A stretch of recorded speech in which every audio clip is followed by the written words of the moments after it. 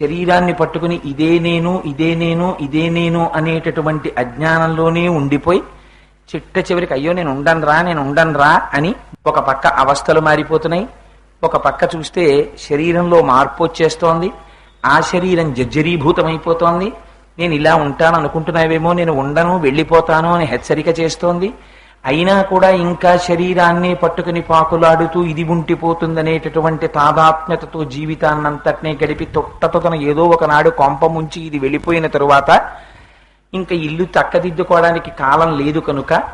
ఆనాడు వాడు చేసేది లేదు కనుక ప్రారంధం ఏమిటి సంపాదించుకున్నాడో దాంతో మళ్ళీ తిరిగి పరమేశ్వరుడు నిర్ణయించినటువంటి అనేక యోనులలోకి ప్రవేశిస్తూ ఉంటాం. కానీ నిజానికి ఈ శరీరంతో మనం ఎందుకు వచ్చామో ఆ ప్రయోజనాన్ని నిర్వర్తించుకోవడం కోసం హృదయాన్ని విప్పి పరమేశ్వరుడి యొక్క పాదముల దగ్గర పెట్టి ఆర్తితో భగవంతుణ్ణి స్తోత్రం